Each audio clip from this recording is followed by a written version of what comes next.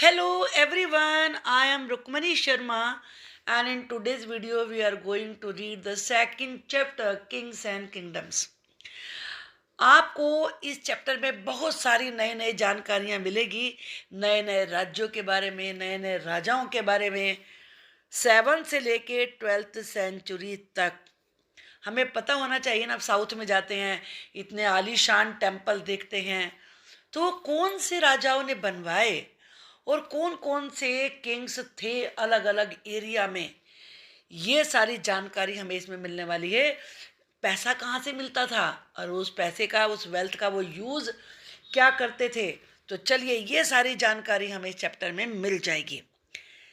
7 से लेके 12th century तक बहुत सारी नई डायनेस्टी, यानी कि एक ही फैमिली के मेंबर्स जो कि किसी एक ही काम में, यानी कि राजा बन रहे थे तो राजाओं वाले काम में ही, ब्राह्मण थे तो ब्राह्मणों वाले काम में ही लगे हुए थे। नई नई डायनेस्टी आई। यहाँ मैप में इनको दिखाया है, आप इनको पढ़ लीजिए। जैसे इंद्रप्रस्थ, ये चम्मांस है जो बाद में चौहान कहे गए, और गुर्जर प्रतिहार है, ये चंडेलाज हैं, परमार्स हैं, ये अनारता नाम की जगह है, ये राष्ट्रकूट हैं साउथ में, और यहाँ पर आप देखेंगे चेराज हैं, चोलाज हैं, पांड्याज हैं। तो इस प्रकार से हम इसमें बहुत सारी नई चीज़ें पढ़ने वाले हैं इस चैप्टर में। Emergence of new dynasties. Emergence का मतलब सामने आना, कम अप, कि नई नई डायनेस्टी कैसे आई।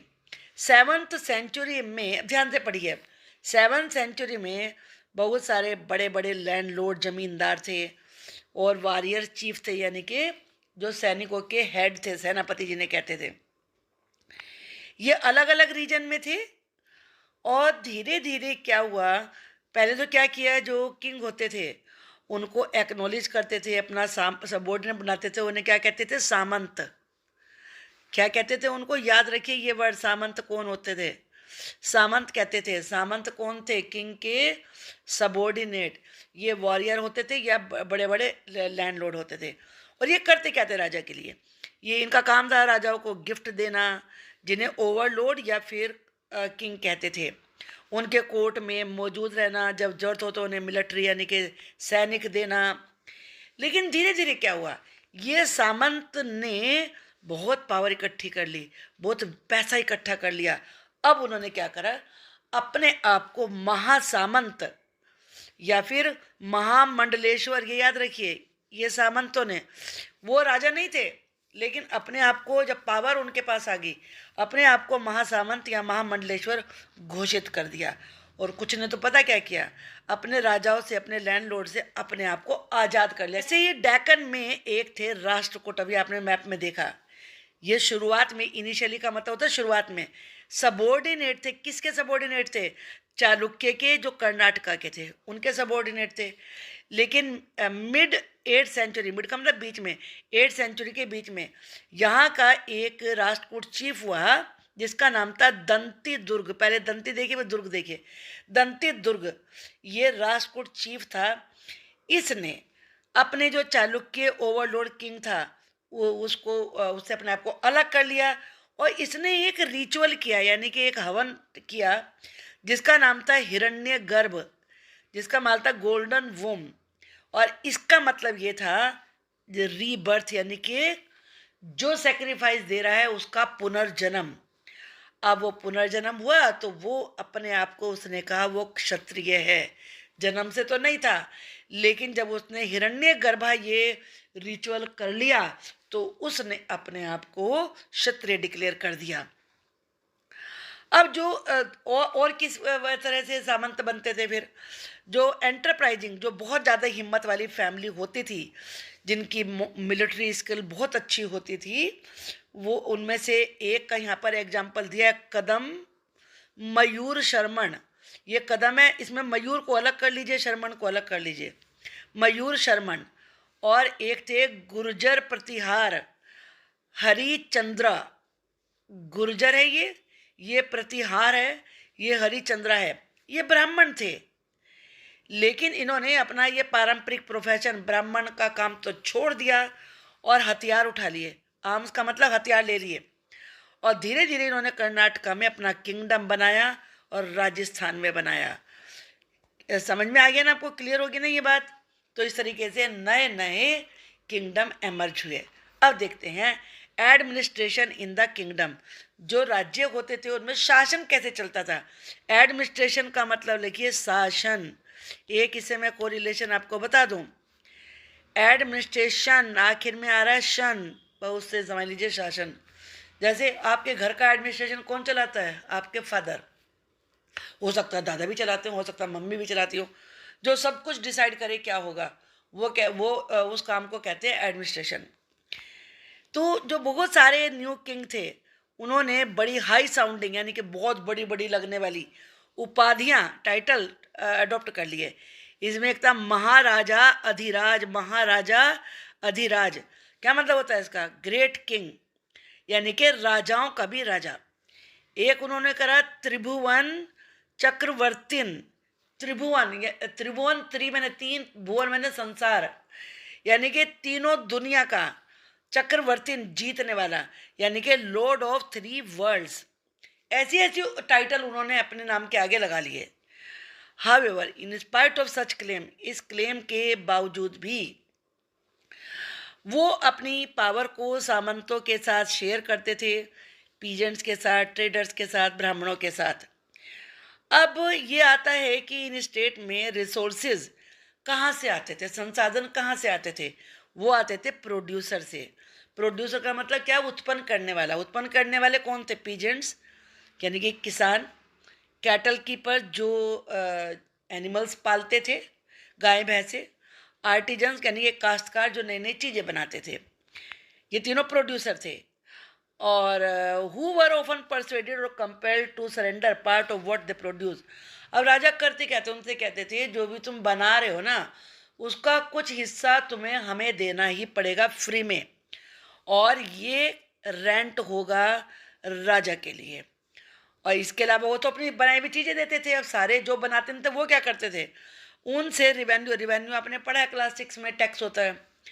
वो ट्रेडर से, जो व्यापारी होते हैं, व्यापारी तो कुछ बनाते नहीं हैं, वो तो एक से खरीदा दूसरे को जाके बेच देते हैं, उन्हें ट्रेडर्स कहते हैं। जैसे आपके दुकानदार होते हैं बाजार में, तो वो क्या करते हैं, बनाने वाले से लेते हैं और आपको बेचते हैं। तो उनसे भी ये टैक्स इकट्ठे करते थे, ये इनके पैसे का सोर्स होता था। अब जरा कितनी चकित करने वाली बात है कि 400 तरह के टैक्सेस थे, जो कि कहाँ थे, ये एक चोला की एक इंस्क्रिप्शन है। इंस्क्रिप्शन तो याद होगा ना, शिलालेख, पत्थर पर लिखा हुआ, खुदा हुआ, जिसमें 400 टर्म्स यूज हुए हैं टैक्सेस के लिए। बड़ा आश्चर्य होगा आपको। एक तो ये कि फोर्स लेबर था, जबरदस्ती, भैया तुझे ये काम करना है, जा नहीं सकता, बंधक मजदूर जिन्हें कहते हैं। और टैक्स पता है किस पे लगाने पे देना होता था, अब अपने घर पे छप्पर डाल रहे हैं तो देंगे, सीढ़ी लगा रहे हैं पाम ट्री पे चढ़ने के लिए तो भी टैक्स देना पड़ेगा। Cess on succession to family property, आपको अपने दादा की प्रॉपर्टी आपके नाम हो रही है तब भी टैक्स देना पड़ेगा। अब ये जितने भी सोर्सेज थे, इनको किंग को, जो किंग का राज्य होता था उसे फाइनेंस करने के लिए, यानी कि उसके पैसे की जरूरत थी उसको पूरा करने के लिए यूज होते थे। और साथ में एक तो राजा के लिए यूज हो रहा है, भाई राजा अपना खर्चा कैसे चलाएगा, तो इस पैसे चलता था। दूसरा ये था टेम्पल बनाने के लिए, फोर्ट्स, किले बनाने के लिए भी यूज होता था। और इन्हें यूज करते थे, लड़ाई जब की जाती थी उसके लिए भी इनको यूज किया जाता था।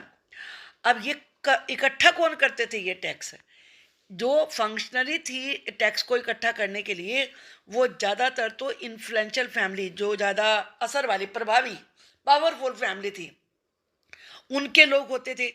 और या ज़्यादातर जो राजा के रिश्तेदार होते थे, क्लोज रिलेटिव, वो इस पोजीशन पे रखे जाते थे। अब है प्रशस्ति और लैंड ग्रांट्स। पहले प्रशस्ति के बारे में देखिए। प्रशस्ति में ज़्यादातर जो उनके पोइट होते थे वो लिखते थे, तो जिसके बारे में प्रशस्ति लिख रहे हैं उसके बारे में बहुत बड़ी बड़ी बातें लिखते थे अपने रूलर्स के बारे में। जैसे उन्हें बताते थे वो बड़े वैलियंट हैं, ब्रेव हैं, विक्टोरियस वॉरियर्स हैं यानी कि विजयी हैं। और बड़े जो पढ़े लिखे ब्राह्मण लोग होते थे वो प्रशस्ति को लिखते थे।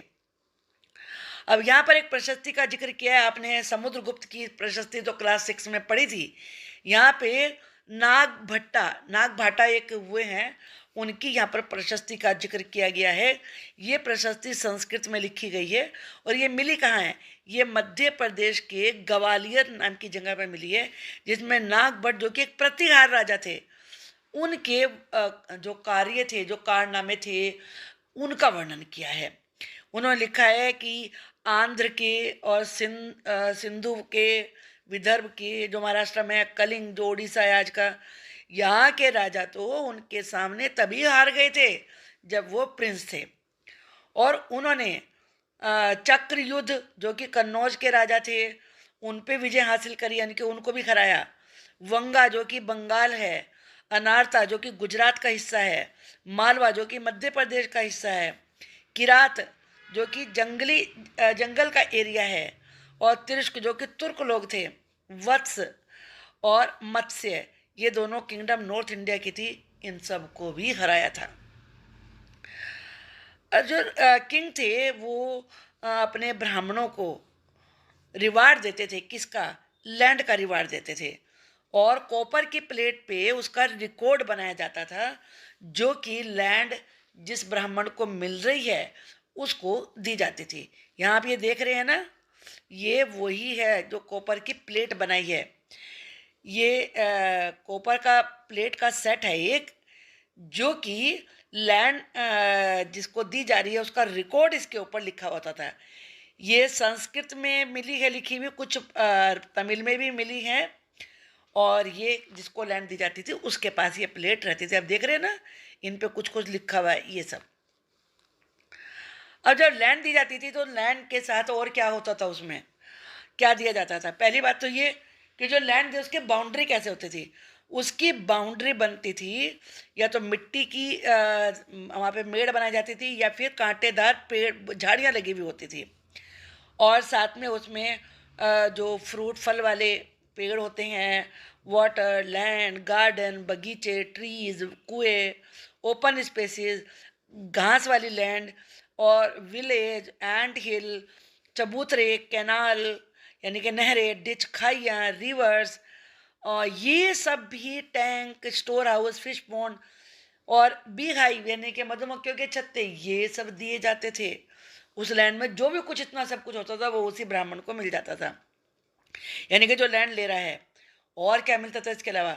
उसे अधिकार मिलता था कि वो जो भी उस एरिया से टैक्स इकट्ठा होगा वो ही करेगा, और साथ में वो बड़े बड़े रूम बनवा सकता है, जिसमें ऊपर की मंजिल भी हो सकती हैं। तो इस प्रकार से बहुत कुछ वो करवा सकता था।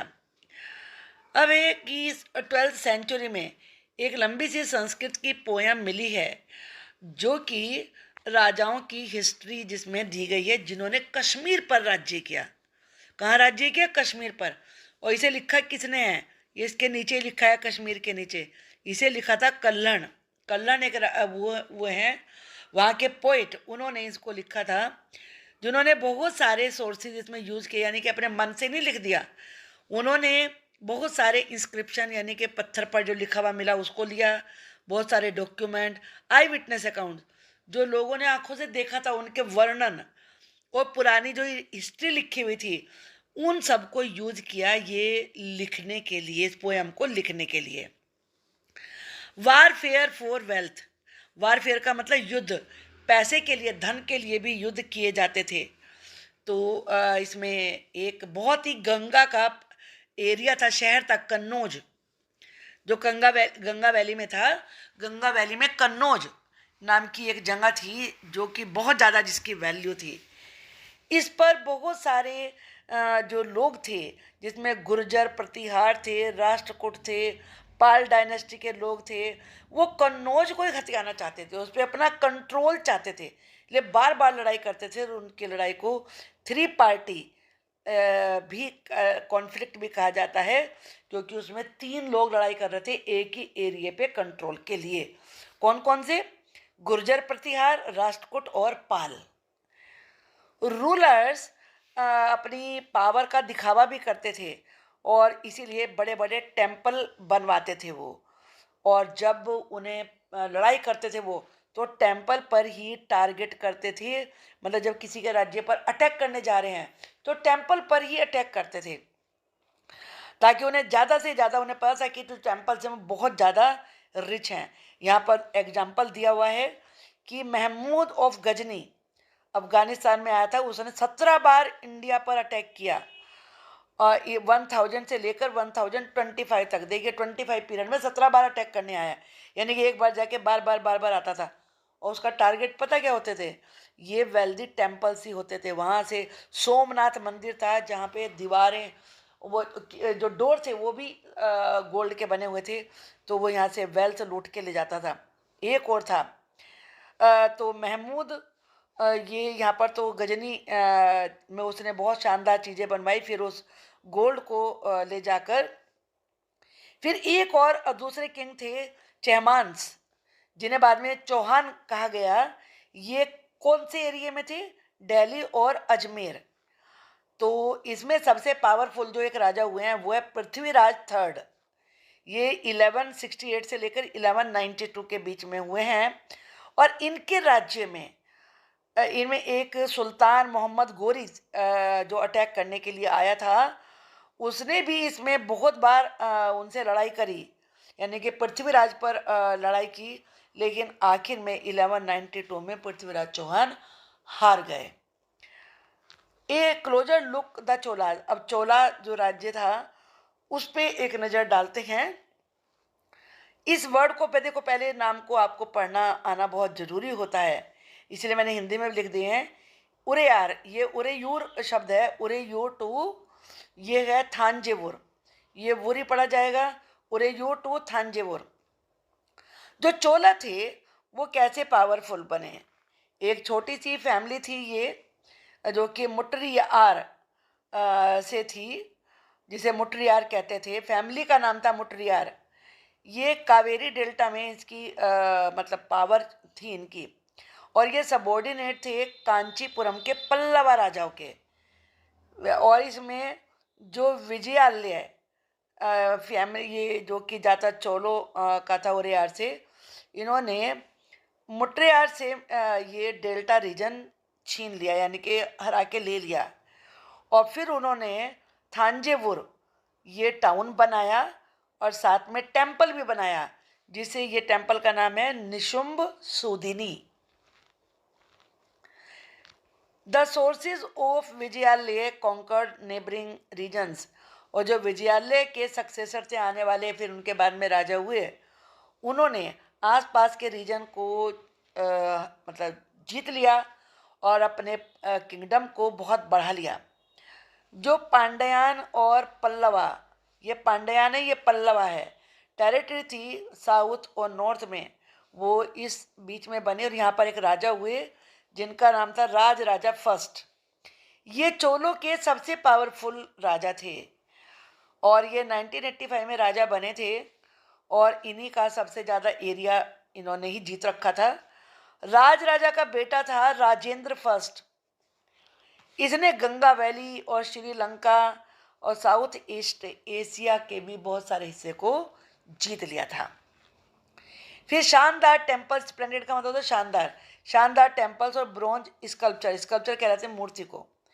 जो थांजेवुर के बड़े बड़े टेम्पल थे, और ये थांजेवुर है मतलब कोंडा चोलापुरम, ये राज राजा ने, और राजेंद्र, राज राजा का बेटा था राजेंद्र फर्स्ट, उन्होंने बनवाए थे, और ये बहुत ही अद्भुत हैं, जिसका कि एक एग्जाम्पल यहाँ पर लिखा हुआ है। ये यहाँ पर ये टेम्पल गंगई कोंड चोलपुरम, ये मैंने यहाँ पर जो ये वर्ड लिखा है, ये गंगई कोंड चोलपुरम शब्द है ये। तो ये गंगई कोंड चोलपुरम जगह का नाम है जहाँ पे ये मंदिर बना हुआ है। आप इसको देख सकते हैं, कितना आलीशान ये टेम्पल है, स्टोन वर्क कितना सुंदर है। जो चोल टेम्पल थे वो सेटलमेंट की न्यूक्लियस थे, सेंटर थे, यानी कि बस्तियां उसके चारों तरफ होती थी, वहीं पे क्राफ्ट प्रोडक्शन होता था। इसकी वजह क्या थी कि जो भी लैंड से प्रोड्यूस होता था वो वहाँ की स्पेशलिस्ट को मेंटेन करने में यूज़ होता था, जो कि मंदिर में काम करते थे। जैसे प्रिस्ट होते थे, गार्लैंड माला बनाने वाले, कुक्स, स्वीपर्स, म्यूजिशियंस, डांसर्स तो उनका खर्चा चलाने के लिए उस लैंड से जो भी प्रोडक्शन होता था उसको यूज़ किया जाता था। और अमंगस द क्राफ्ट्स, और क्राफ्ट भी टेम्पल से ही एसोसिएटेड होते थे। वहाँ पर ब्रोंज की इमेज बनती थी और जो कि बहुत सुंदर होती थी। कभी कभी देवताओं की तो बनती थी, कभी कभी डिवोटीज की भी बनती थी। डिवोटीज यानी कि भक्त। एक यहाँ पर एग्जाम्पल दिया हुआ है ये। अब एग्रीकल्चर एंड इरिगेशन। एग्रीकल्चर आप जानते हैं खेती को कहते हैं, इरिगेशन सिंचाई को कहते हैं। जो रिवर कावेरी थी वो छोटी छोटी नदियों में बट जाती है बे ऑफ बंगाल में गिरने से पहले। और इनसे जो वाटर होता था उसे कल्टीवेशन के लिए यूज़ किया जाता था, ये कावेरी। तो ये कितने सारे, आप ये चीज़ देखेंगे ना, कितने सारे एरिया में ये डेल्टा होता है। जब कोई भी रिवर समुद्र में गिरने वाली होती है तो वो जितने एरिया में फैली हुई होती है उतने वाला एरिया बहुत ज़्यादा फर्टाइल हो जाता है और साथ में उसे यूज़ भी किया जाता है। तो इससे यहाँ पर ज़्यादा अच्छी कल्टीवेशन होती थी। राइस बहुत अच्छा कल्टीवेशन यहाँ पर होती थी। अब इस एरिया में एग्रीकल्चर तो थी ही, और साथ में जो 5th और 6th सेंचुरी थी उसमें यहाँ पर लार्ज स्केल पे कल्टीवेशन होने लगा। जब कल्टीवेशन होने लगा तो लोग ज़्यादा वहाँ पर रहे। फॉरेस्ट को साफ़ किया गया, इस रीजन के समतल बनाया गया, एम्बैंकमेंट बनाए गए ताकि फ्लड ना आए, कैनाल्स बनाई गई, नहरें बनाई गई ताकि वाटर को दूसरी जगह पर भी ले जाया जा सके। बहुत सारे केसेस में it was necessary to water crops artificially, यानी कि क्रॉप्स में आर्टिफिशियल तरीके से भी पानी दिया जाता था, सिंचाई की जाती थी, जिसके लिए बड़े बड़े टैंक्स भी बनाए जाते थे और रेन वाटर को इकट्ठा किया जाता था। ये जो मूर्ति आप देख रहे हैं चोला ब्रोंज स्कल्पचर है। ये 19th सेंचुरी सुलूज है, गेट है तमिलनाडु में। इस सुलूज का मतलब होता है जल बंद, यानी कि जल को बांध देना। जैसे आपने डैम देखे हैं ना कि डैम से पानी को रोक देते हैं, उसी तरह का ये गेट होता था ये, या मेटल का बना हुआ होता था, जिसे कि वाटर लेवल को या वाटर के फ्लो को कंट्रोल करने के लिए यूज़ किया जाता था। Administration of the umpire, umpire का शासन कैसे चलता था। जो सेटलमेंट थी, बस्तियां थी पीजेंट्स की, जिन्हें उर कहते थे, ये बहुत अमीर बन गई। इरिगेशन जो इरिगेशन एग्रीकल्चर थी उसके फैलने से बहुत सारे लोग इसमें लग गए। और जो विलेजेस का ग्रुप था उसे कहते थे नाडू। जो विलेज की काउंसिल होती थी और नाडू जो होते थे, यानी कि जो ग्रुप होते थे विलेजेस के, वो ही वहाँ का एडमिनिस्ट्रेशन चलाते थे। टैक्स भी वही इकट्ठा करते थे, जस्टिस यानी कि न्याय का काम भी वही करते थे जो जज काम करता है। जो रिच पीजेंट थे वो नाडू के सारे कंट्रोल को रखते थे उस पर।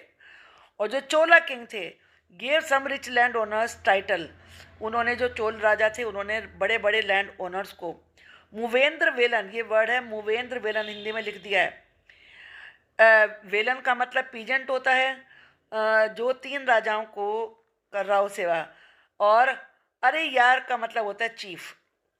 एज मार्कर्स ऑफ रेस्पेक्ट, ये सम्मान का प्रतीक होता था और इन्हें इम्पोर्टेंट पोजीशन दी जाती थी, इम्पोर्टेंट ऑफिस दिए जाते थे। अब यहाँ पर टाइप्स ऑफ लैंड का जिक्र करा है, कौन सी लैंड को क्या कहते थे। Chola inscription mention several categories of land, यानी कि वेलन वगाई कौन सी लैंड होती थी, जो ब्राह्मण नहीं थे, जो पीजेंट मतलब किसान से मालिक बने थे लैंड के, उन्हें वेलन वगाई कहा जाता था, उस वाली लैंड को। ब्रह्म दिए, जो लैंड ब्राह्मणों को दी जाती थी। शाला भोग, land for maintaining of A school, जो किसी स्कूल के लिए दी जाती थी, इसे पाठशाला से जोड़ लीजिए।